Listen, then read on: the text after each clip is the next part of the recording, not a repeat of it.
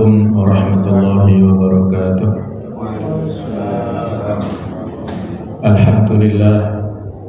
Alhamdulillah rabbil alamin wal aqibatu lil muttaqin wal udwana illa 'alal zalimin. Asyhadu an la ilaha illallah wahdahu la syarikalah wa asyhadu anna Muhammadan 'abduhu wa rasuluh la nabiyya ba'dah.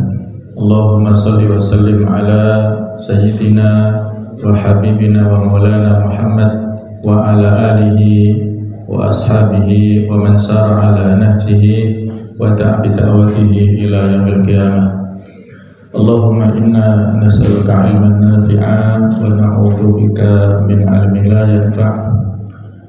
Allahumma la sahla illa ma ja'altahu sahla wa anta tas'alul hasana idza syi'ta sahla.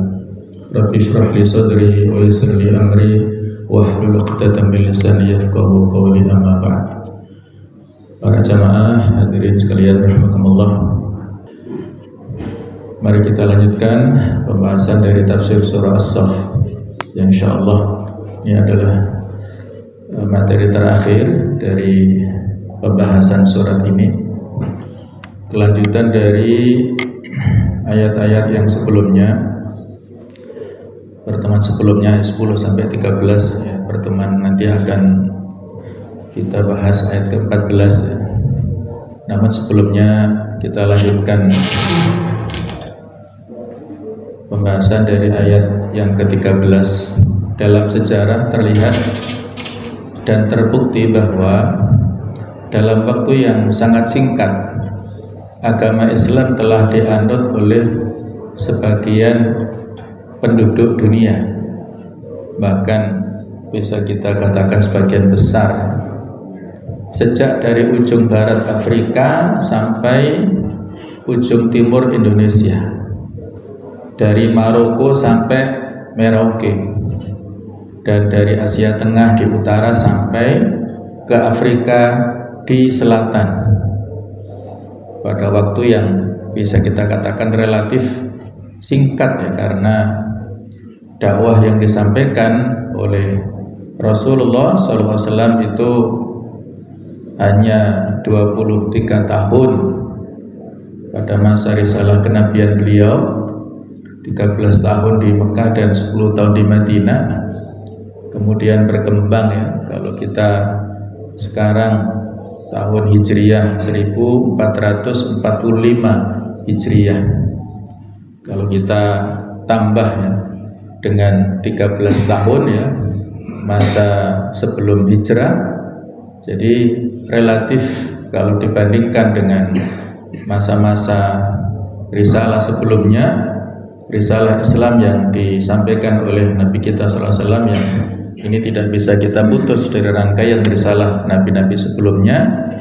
Nah, ini perkembangannya luar biasa, seluruh dunia bisa merasakan kasih sayang atau rahmat yang ada dalam Islam ini. Kemudian Allah memerintahkan kepada nabinya, Nabi Muhammad SAW, untuk menyampaikan kepada kaum muslimin mengenai keuntungan yang akan mereka peroleh dari perdagangan itu di dunia, dengan keuntungan-keuntungan dan di akhirat berupa surga. Wa ukhra tuhibbunaha nasr minallah wa fathun qarib wa basyiril mu'minin. Nah, jemaah sekalian, di antara sekian banyak referensi, dalil ataupun dasar tentang perkembangan Islam yang sudah diprediksi oleh Rasulullah SAW sebelum Islam menyebar ke seluruh dunia, beliau sudah memprediksikan atas wahyu dari Allah Ta'ala. Di antaranya beliau bersabda, la yablughanna hadzal amr ma balaghal lailu wan nahar. Islam akan mencapai wilayah yang dicapai oleh siang dan malam. Artinya seluruh dunia. Di situ ada waktu malam, waktu siang, maka akan mendapatkan informasi risalah Islam ini. Wala yatrukullahu baita madarin wala wabarin illa adkhalahullahu hadzal din bi'izzin aziz bi'izzi azizin au bidhullin dzalil au bidhulli dzalil.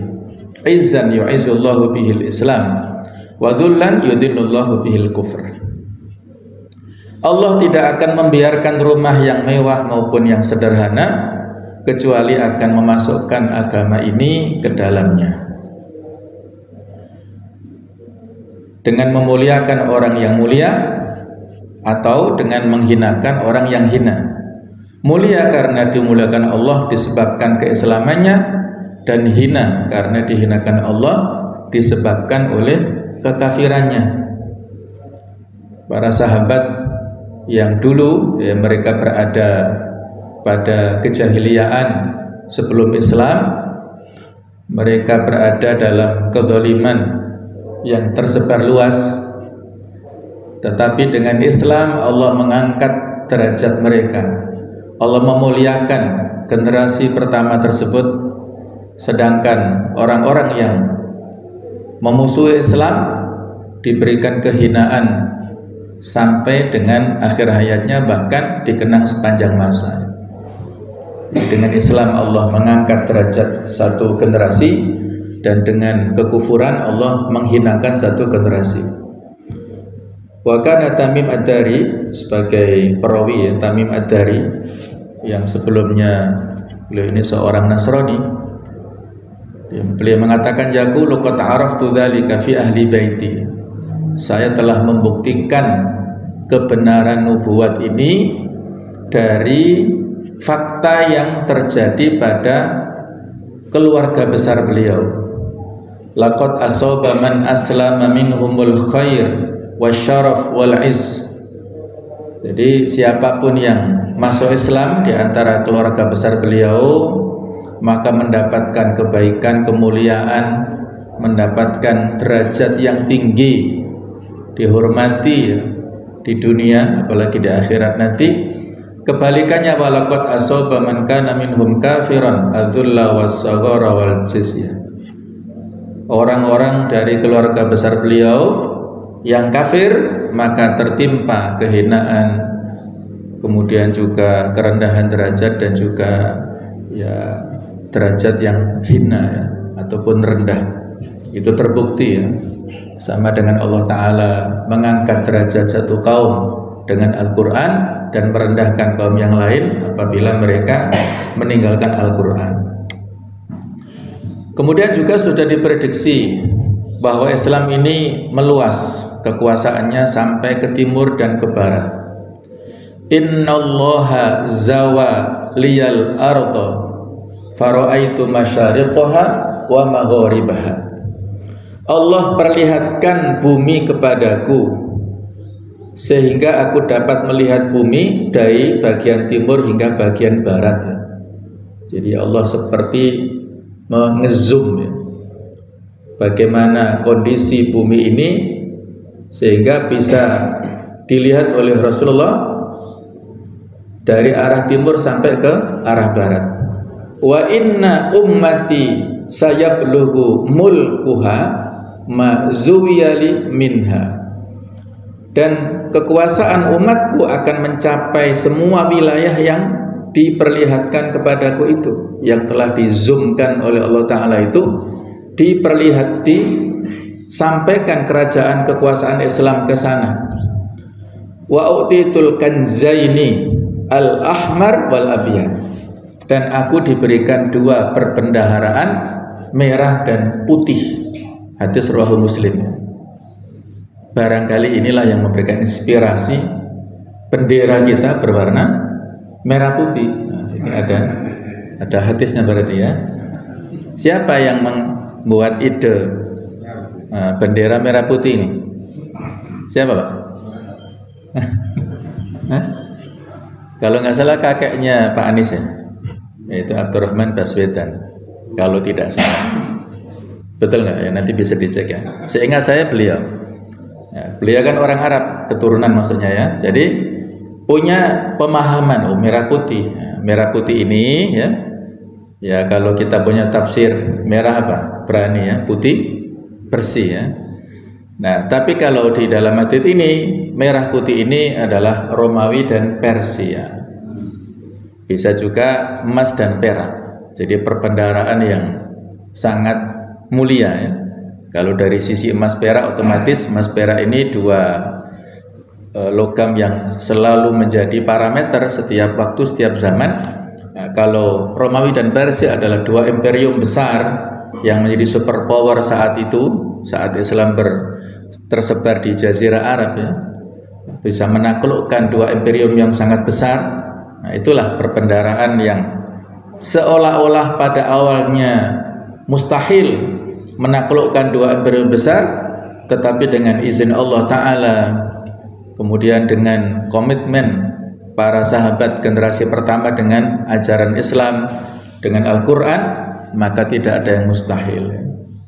Dua imperium besar bisa ditaklukkan oleh kaum muslimin saat itu. Nah, ini barangkali sudah pernah saya sampaikan ya, sebagai ilustrasi bahwasanya umat Islam ini termasuk di antara komunitas yang besar ya. Kalau ini adalah data yang relatif ya, barangkali mungkin 2-3 tahun yang lalu, tetapi paling tidak bisa kita jadikan sebagai referensi. Ada kaum Kristiani yang jumlahnya lebih dari 2 miliar, sedangkan umat Islam kalau tahun ini ya barangkali mendekati ya angka 2M juga. Sedangkan agama-agama yang lain ini relatif lebih sedikit ya. Kalau Yahudi, Yudaisme ini ya 14 juta atau mungkin sekitar 15 jutaan sekarang ini ya, relatif. Kalau pada awal-awal dulu ya, Yahudi ini dominan. Kalau ya sekarang ini kan relatif ini bisa dikatakan kecil, tetapi pengaruhnya luar biasa. Jadi ada agama Kristen, Islam dan Yahudi inilah yang menjadi patokan yang termasuk agama Samawi. Nah, sebuah surat kabar kenamaan di Jerman menyatakan bahwa di tahun 2070 prediksinya jumlah umat Islam akan melebihi jumlah umat Kristiani di dunia, mengingat ketertarikan masyarakat dunia dengan Islam ini lebih besar daripada komitmen orang-orang Kristiani dengan agamanya, sehingga banyak gereja di Eropa sana tutup ataupun di Amerika sana tutup, bahkan barangkali ada sebagian yang menjadi pusat-pusat Islamic Center di sana karena para jamaahnya sudah mu'alaf ya, sudah masuk Islam. Jadi kalau kita lihat dari dua agama besar dan juga diikuti oleh agama Yahudi yang ini sama-sama memiliki klaim ya, kalau kita sorot ke Palestina, nah, Palestina adalah bumi suci yang disucikan oleh tiga agama Samawi, yaitu oleh Islam, oleh Kristen dan oleh Yahudi. Islam karena kita meyakini bahwasanya Masjidil Aqsa itu adalah menjadi kiblat pertama kaum muslimin dan diagungkan atau disucikan, diabadikan dalam Al-Quranul Karim. Kemudian orang-orang Kristen meyakini, mereka punya keyakinan bahasanya Bethlehem adalah tempat lahirnya Nabi Isa. Kemudian pada saat sebelum disalib, menurut keyakinan mereka, beliau juga berada di sana. Nah, kemudian agama Yahudi juga meyakini bahwasanya Haikal Sulaiman ini berada di bawah Masjidil Aqsa, sehingga mereka melakukan penggalian terowongan di bawah Masjidil Aqsa ini. Jadi konstelasi dari tiga agama inilah yang menjadikan Palestina bergolak dari waktu ke waktu, terus menerus menjadi rebutan ya setiap komunitas agama ini. Dan dalam sejarahnya kalau kita runtut pada awal-awalnya, Palestina adalah bumi Islam yang menjadi Ardul Anbiya ya, bumi para nabi sejak dulu sampai dengan sekarang seharusnya, tetapi mereka saat ini tergusur dari negaranya ya, menjadi warga negara yang terdolimi oleh penjajah, yaitu Israel ini. Jadi 3 agama inilah yang diabadikan di surat At-Tin, Wat-Tini Waz-Zaitun, wa Turi Sinin wa hadzal baladil amin. Tin dan zaitun itu hanya tumbuh pada saat itu ya, tumbuhnya di Baitul Maqdis di Palestina. Kemudian wa Turi Sinin, Tur Sina itu adalah tempat diutusnya Nabi Musa yang diutus kepada Bani Israel, dan mereka adalah pada saat itu ya bisa disebut sebagai kaum Yahudi. Kemudian wahadal baladil amin, yaitu Mekah yang diutusnya Rasulullah. Jadi 3 agama itulah yang diabadikan di surat At-Tin, yang itu menjadi ya mayoritas total daripada agama-agama yang ada di dunia ini. Inilah persentase penduduk muslim terbanyak, itu adalah yang sudah pernah kita sampaikan ya, Maldives atau Maladewa ini 100%, sedangkan Indonesia ini 86,7 ya. Nah, Saudi masih di bawahnya ya. Nah, kalau Indonesia ini jumlah penduduk muslimnya 230 juta, dan bisa jadi lebih sekarang ini ya, mungkin 240-an juta dari total penduduk kita, hampir 280-an juta. Jadi kita komunitas yang besar, sehingga ketika kita bersikap tentang segala dinamika perpolitikan internasional, terutama terkait dengan dunia Islam, maka harusnya kita sangat diperhitungkan ya di dunia internasional. Kemudian juga ada kemakmuran dan berlimpahnya harta. Ini juga nubuat.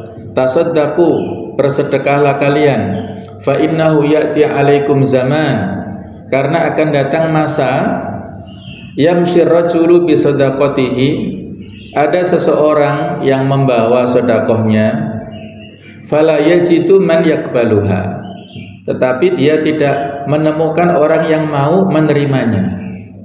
Yaqulur rajulu, seseorang berkata, lau ji'ta biha bil ams laqabiltuha, seandainya kamu membawa datang ya hartamu, kamu bawa kemarin, aku akan terima. Fa amal yaum fala hajata li biha, adapun sekarang aku tidak butuh lagi. Ini menunjukkan kalau kita berniat kebaikan harus disegerakan, jangan ditunda-tunda. Kalau punya niat kebaikan pagi, langsung dieksekusi pagi itu. Mau sedekah subuh silahkan, mau sedekah duha silahkan, mau melakukan kebaikan sedini mungkin silahkan, sebelum terlambat. Apakah terlambatnya karena kita keduluan meninggal, atau mungkin orang yang mau menerima tidak mau? Jadi ada kondisi seperti ini, kapan ya, Allahu a'lam. Bisa jadi nanti ya, itu ada kemakmuran yang berlimpah, dan bisa jadi itu adalah kembalinya al-khilafah ala minhaj nubuwah, kekhalifahan berdasarkan manhaj kenabian, yang munculnya Imam Mahdi yang ada di Palestina ya. Itu bisa jadi kejadian itu akan ada seperti ini ya, kalau sekarang belum ya. Jadi kalau kita melihat realita di Palestina ini tidak bisa dilihat dari sisi kacamata kemanusiaan semata-mata ya, atau akal kita semata-mata. Sekarang ini hancur, mereka begitu terpuruk kondisinya. Nah, ini nggak bisa dari kacamata akal semata-mata. Kita melihat kondisi Palestina harus dari kacamata iman, dalil-dalil yang sudah banyak dijelaskan dalam ayat ataupun hadis.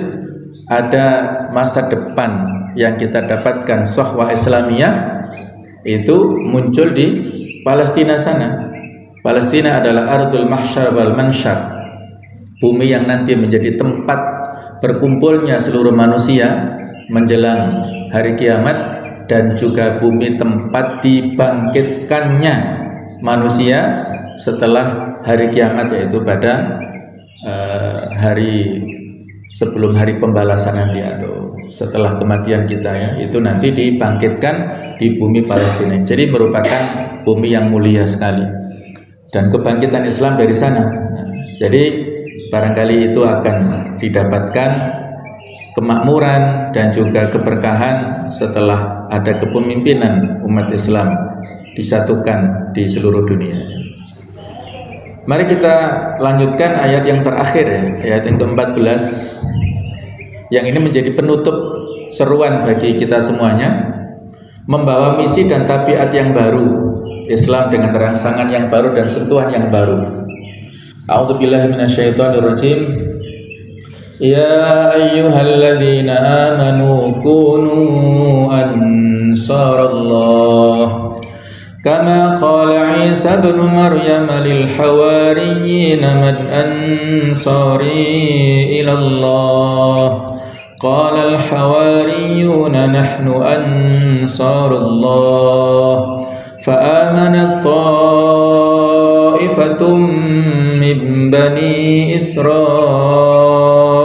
وكفرت طائفة فأيدنا الذين آمنوا على عدوهم فأصبحوا ظاهرين.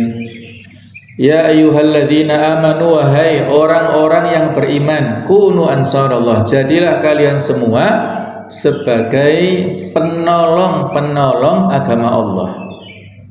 Kama qala Isa ibn Maryam, sebagaimana Isa ibnu Maryam yang telah berkata lil hawariyin, kepada para pengikut setianya, man ansari ilallah, siapakah yang akan menjadi penolong-penolongku untuk menegakkan agama Allah. Qala al hawariyun, berkatalah para pengikut setia Nabi Isa, nahnu ansarullah, kamilah para penolong agama Allah. Fa'amana ta'ifah min Bani Israel, maka berimanlah segolongan dari Bani Israel, wa kafara ta'ifah, dan segolongan yang lainnya tetap dalam keadaan kafir. Fa'ayyadna alladhina amanu, maka kami berikan dukungan, kekuatan kepada orang-orang yang beriman, ala atuwihim, atas musuh-musuh mereka, fa asbahu dhahirin, sehingga mereka menjadi para pemenangnya. Nah, inilah jemaah sekalian khitab yang ditujukan kepada orang-orang yang beriman. Motivasi, rangsangan dan sentuhan yang Allah Ta'ala sampaikan kepada orang-orang yang beriman supaya mereka menjadi ansarullah, para generasi yang melaksanakan agama Islam ataupun pesan-pesan segala perintah-perintah Allah Ta'ala dilaksanakan dan segala larangan dijauhi. Mereka menyebarkan dakwah yang Allah Ta'ala sampaikan kepada Rasulnya, sebagaimana yang dulu pernah ditawarkan oleh Nabi Isa ibnu Maryam kepada orang-orang pengikut setianya yang disebut al-hawariyin. Tawarannya sama. Mereka ditawari oleh Nabi Isa, man ansari ilallah, siapa yang menjadi penolong-penolongku kepada agama Allah. Karena kondisi saat itu Nabi Isa dalam keadaan yang terjepit, mendapat tantangan yang berat dari orang-orang Yahudi. Di satu sisi yang mereka ekstrim dalam hal menuduh tuduhan-tuduhan pembulian Nabi Isa sebagai anak haram, anak zina, ibunya tukang zina. Jadi ada tuduhan-tuduhan ekstrim yang memojokkan Nabi Isa. Akhirnya Allah Ta'ala memberikan mukjizat kepada beliau dengan bisa bicara pada saat masih bayi. Nah, itu kondisi sejak awal sudah mengalami pertentangan dari orang-orang Yahudi, sampai pada akhirnya yang melakukan konspirasi pembunuhan itu adalah orang-orang Yahudi dengan bantuan orang-orang dari kerajaan Romawi. Jadi itu satu sisi. Saat yang lainnya ada komunitas yang terlalu ekstrim dalam hal memuliakan beliau, menjadikan beliau sebagai ibnullah. Wa qala orang-orang yang Nasrani mengatakan Isa adalah ibnullah. Itu ekstrim ya, ekstrim yang berlebihan dalam menghormati, memuliakan beliau. Itulah kondisinya. Maka Nabi Isa memberikan peluang kepada para pengikutnya, siapa yang mau menolong ya agama Allah ini. Dan ini mirip seperti yang dilakukan oleh Nabi sallallahu alaihi wasallam pada saat beliau berada ya menjelang Baiat Al-Aqabah yang pertama ataupun yang kedua, ketika menjelang musim haji itu ada orang-orang dari Madinah yang datang ke Mekah, maka ditawari, siapa di antara kalian yang mau melakukan pembelaan kepadaku karena orang-orang Quraisy mengusirku, mereka menentang dakwahku. Maka orang-orang Madinah siap menerima dakwah Islam. Jadi akhirnya mereka itu sama identitas kaum Madinah yang mereka dari dua suku besar Aus dan Khazraj, mereka disebut kaum Ansor, para penolong. Jadi ada kemiripan di sini. Kaum Ansor yang ada di Madinah dengan Ansarullah yang dulu dipraktekkan atau yang telah dibuktikan oleh para Hawariyin itu.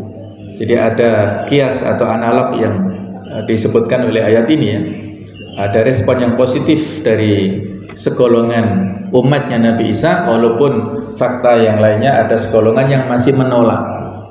Tapi pada akhirnya Allah memberikan kemenangan kepada orang-orang yang beriman. Al-Hawariyun adalah murid-murid Nabi Isa Al-Masih alaihissalam.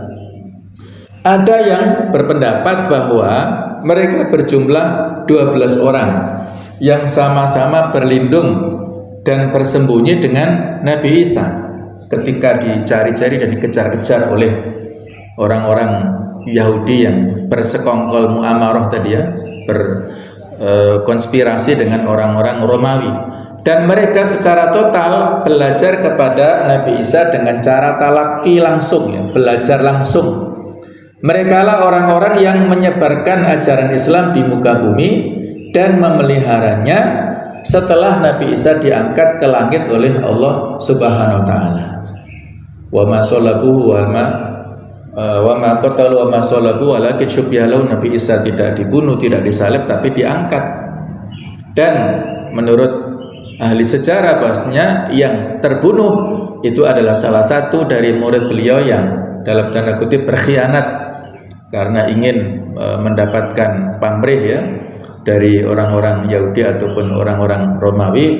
Dialah murid yang ke-12 yang menunjukkan persembunyian Nabi Isa dengan murid-muridnya ini, sehingga terlacak tempatnya dan Allah Ta'ala mentakdirkan Nabi Isa untuk diangkat ke langit. Dan justru yang ke-12 yang bernama Yudas Iskariot ini dimiripkan wajahnya sehingga dialah yang tertuduh. Ini juga menjadi pelajaran ya, orang yang melakukan pengkhianatan justru mendapatkan takdir yang buruk di sini ya.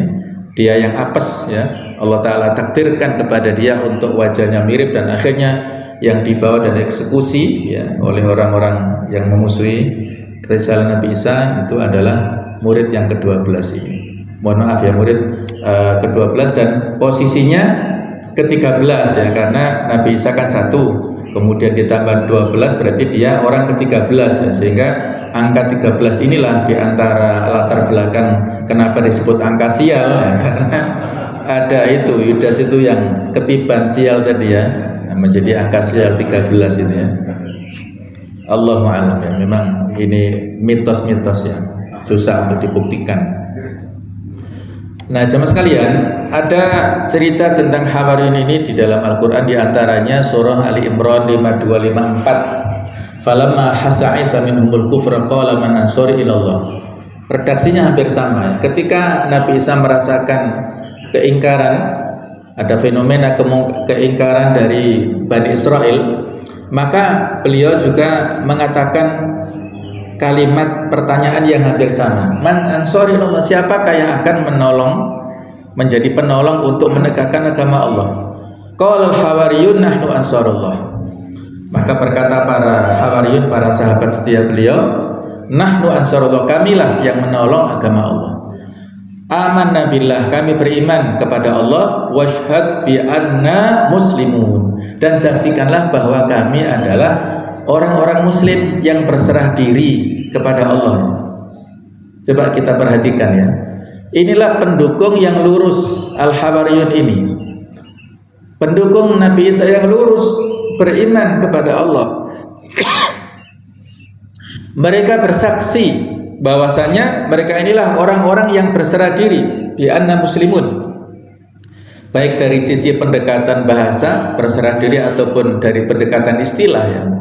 Ada kata-kata Islam dan Muslim yang sudah banyak digunakan dalam ayat-ayat redaksi-redaksi yang disampaikan oleh nabi-nabi terdahulu yang memberikan wasiat wala tumutunna illa wa antum muslimun ya. Nasihat Nabi Yakub kepada putra-putranya juga demikian, Nabi Ibrahim kepada putra-putranya.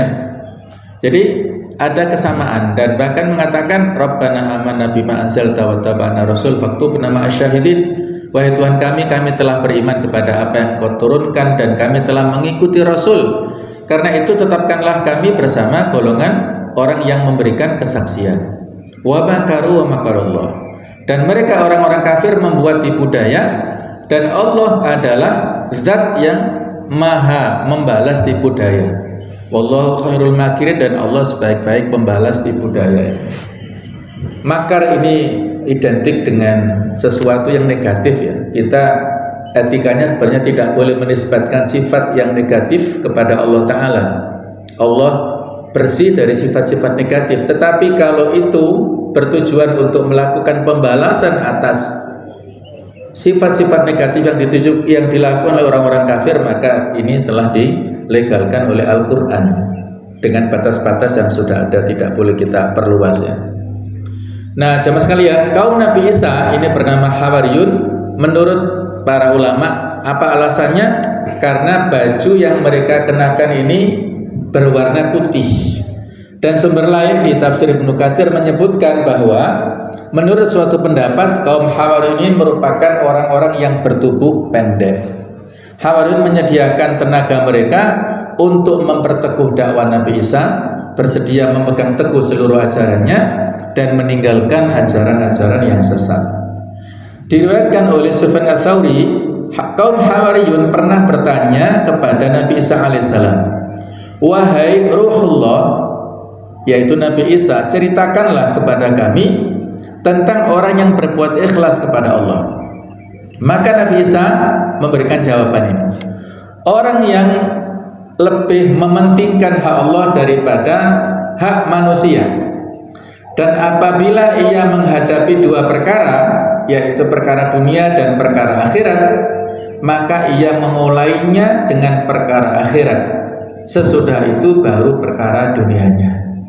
Nah, inilah ajaran Nabi Isa ya, dakwanya Nabi Isa ya, sama ajarannya disampaikan kepada pengikutnya sama dengan yang diajarkan oleh Nabi kita Muhammad kepada para pengikutnya, kepada para sahabat. Jadi ada prioritas untuk urusan akhirat. Walal akhiratu khairul laka minal ula. Jadi kehidupan akhirat lebih utama daripada yang ada di dunia ini. Orang yang mukhlis, orang yang ikhlas ini adalah yang mengutamakan hak Allah daripada hak manusia. Hak Allah adalah hablum minallah, kalau sama manusia adalah hablum minan nas, maka dia utamakan hak Allah. Jadi sama acaranya ya. Kaum Hawariyun tidak hanya membela ajaran Allah, namun juga tertarik untuk memperdalam pemahamannya. Mereka menjadi para dai yang akhirnya menyebarkan dakwah versi agama yang lurus sebenarnya, tetapi pada saat berikutnya mengalami distorsi ataupun perubahan. Ya ayyuhalladzina amanu kunu ansarullah. Ayat ini bertujuan untuk menggambarkan tentang suatu sikap, bukan menggambarkan tentang suatu kisah. Maka mari kita menelusuri ayat ini dari maksudnya yang puncak dan pokok. Dan kenapa ia diletakkan di surat ini? Hai orang-orang beriman, jadilah kamu penolong-penolong agama Allah. Dalam kedudukan yang mulia ini, di mana Allah mengangkat kalian secara resmi ke atas kedudukan itu, lantas apakah ada kedudukan yang lebih tinggi daripada kedudukan seorang hamba yang berada di barisan penolong-penolong Allah. Sesungguhnya kedudukan ini mengandung kemuliaan yang lebih besar daripada kemuliaan surga dan kenikmatannya. Ayat sebelumnya sudah disampaikan bagaimana pahala yang Allah sediakan bagi orang-orang yang berjihad di jalan Allah, dan itu adalah sebuah perniagaan yang tidak akan pernah merugi. Berjihad dengan harta dan jiwa itu ada balasan surga, tetapi di sini diberikan motivasi, ada tawaran yang luar biasa ya, yaitu ansarullah, penolong-penolong Allah. Allah tidak butuh dengan pertolongan setiap makhluk semuanya, justru sangat butuh kepada Allah. Tetapi di sini ya merupakan tasyrif ya, ataupun penghormatan ya. Kalau kita misalnya dinisbatkan ataupun dikaitkan dengan orang yang kita hormati di dunia ini, pastikan kita ada motivasi ya, ada semacam prestis yang bisa kita dapatkan apabila dinisbatkan kepada orang yang mulia pada saat di komunitas kita ini. Nah, inilah Allah Ta'ala yang maha tinggi dari segalanya.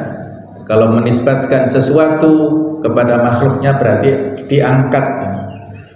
Ka'bah itu disebut Baitullah, kemudian masjid itu, setiap masjid juga disebut Buyutullah, dan semua yang dinisbatkan, kalau dinisbatkan kepada Al-Khaliq, maka itulah mengangkat derajat makhluk ini di hadapan Allah Ta'ala.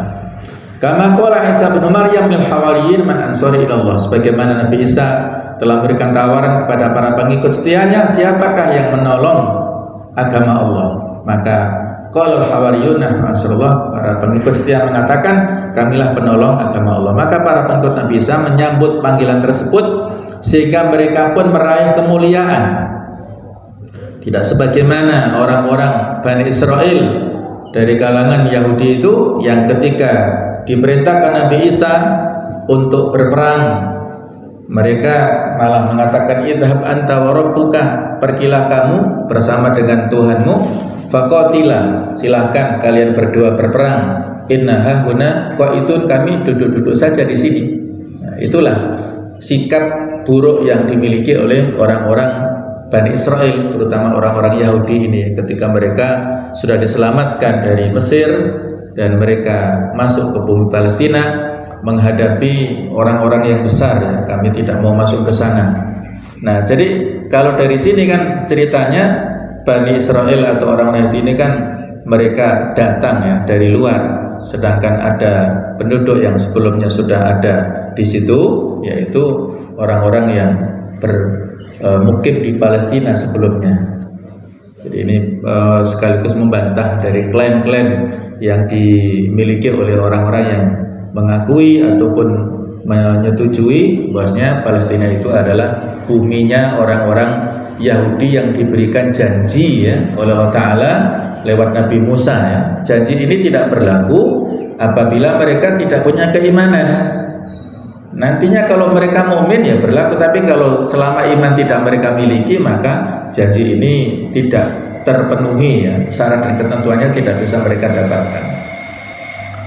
Isa datang dengan membawa berita tentang Nabi yang baru dan agama yang baru dan terakhir. Maka seyogyanya pengikut-pengikut Nabi Muhammad lebih pantas untuk menyambut panggilan yang abadi itu, sebagaimana para Hawariyun telah menyambut dan melaksanakannya pada waktunya yang telah ditentukan. Inilah sentuhan yang nyata dalam paparan dialog di dalam surat ini ya. Jadi tadi sudah disampaikan bukan semata-mata fakta ataupun kisah-kisahnya, tetapi yang disampaikan di sini adalah sikap, bagaimana respon ketika kita menerima tawaran-tawaran kebaikan. Apakah ketika kita mendapatkan tawaran kebaikan kita menyambut dengan sami'na wa ato'na ya, ataukah kebalikannya sami'na wa asoina? Itu kembali kepada kita sendiri ya. Yang lebih utama di sini anjurannya adalah merespon dengan positif. Maka fa'amana ta'ifah, apa responnya di sini? Akibatnya segolongan dari Bani Israel beriman. min Bani Israil, dari Bani Israil, wa kafara ta'ifah, dan kufur, ingkarlah kelompok yang lainnya. Yang beriman ini lebih sedikit, sedangkan yang mayoritas itu kafir. Tapi Allah Ta'ala mengatakan fa'atinal ladzina amanu, kami berikan dukungan, kekuatan kepada orang-orang yang beriman, ala aduwihim, atas musuh mereka, fa'asbahu dhahirin, sehingga mereka menjadi orang-orang yang menang. Takwil atau tafsir ya, nas ini, teks ini dapat terarah kepada dua makna atau dua persepsi ya, dua pemahaman, yaitu bisa bermakna bahwa sesungguhnya orang-orang yang beriman kepada risalah Nabi Isa adalah orang Nasrani secara umum, baik yang akidahnya lurus maupun yang akidahnya telah dicampuri dengan penyimpangan, yaitu tadi ya, sikap yang ekstrim berlebihan dalam mengkultuskan beliau tadi. Allah telah memenangkan mereka melawan orang-orang Yahudi, padahal mereka tidak beriman kepadanya sama sekali, sebagaimana yang telah terjadi dalam sejarah. Dinamika ya, mereka orang-orang Yahudi pernah dikalahkan dan dikuasai oleh orang-orang Romawi. Orang-orang Romawi ini agamanya Nasrani. Nah, jadi menang kaum Nasrani atas orang-orang Yahudi, walaupun mereka tidak sepenuhnya ini ya beriman kepada Allah. Ini takwil yang pertama. Nah, takwil yang kedua adalah bahwa sesungguhnya orang-orang yang beriman dan mempertahankan tauhid mereka menghadapi orang-orang yang menganggap Isa sebagai Tuhan atau penganut Trinitas dan segala agama lain yang telah menyimpang dari tauhid. Dan maknanya adalah mereka telah dimenangkan dengan alasan dan argumentasi serta bukti-bukti. Atau maknanya bahwa tauhid yang mereka anut adalah tauhid yang dimenangkan Allah Ta'ala dengan agama baru dan akhir ini, yaitu agama Islam ini. Jadi takwil yang kedua inilah yang lebih realistis ya. Kemudian tugas membela tauhid itu diserahkan kepada Islam untuk menyebarkannya di muka bumi sebagaimana telah terjadi dalam sejarah. Jadi makna yang terakhir inilah yang adalah makna yang paling dekat dan paling kuat di dalam bagian redaksi si surat ini. Fa'ayatanal ladzina amanu ala aduwwi fa'asbahu dhahirin. Ini maknanya kemenangan itu adalah diberikan Allah Ta'ala kepada siapapun yang berpegang kepada tauhid, kepada keimanan ya, bukan kepada orang-orang Nasrani yang sebagian melakukan penyimpangan tadi. Jadi takwil yang kedua adalah yang lebih dekat dengan kebenaran. Pelajaran yang dapat diambil dari isyarat yang terdapat dalam surat ini adalah pelajaran yang telah kami isyaratkan sebelumnya, yaitu membangkitkan kembali semangat orang-orang yang beriman kepada pelaksanaan agama baru ini, yaitu agama Islam. Mereka lah orang-orang yang dipercaya mengemban amanah manhaj konsep Allah, sistem Allah di bumi ini ya, sebagaimana pewaris akidah dan risalah ilahiyah. Mereka lah orang-orang yang dipilih untuk mengemban peran dan fungsi yang besar ini. Ia membangkitkan semangat mereka untuk menolong Allah dan agamanya, sebagaimana Isa putra Maryam telah berkata kepada pengikut-pengikut setianya, siapakah yang akan menjadi penolong-penolongku, penolong-penolong agama Allah? Maka para pengikut mengatakan, nahnu ansarullah, sesungguhnya pasti kemenangan pada akhirnya bersama para penolong Allah dan orang-orang yang beriman ya. Wal aqibatu lil muttaqin ya.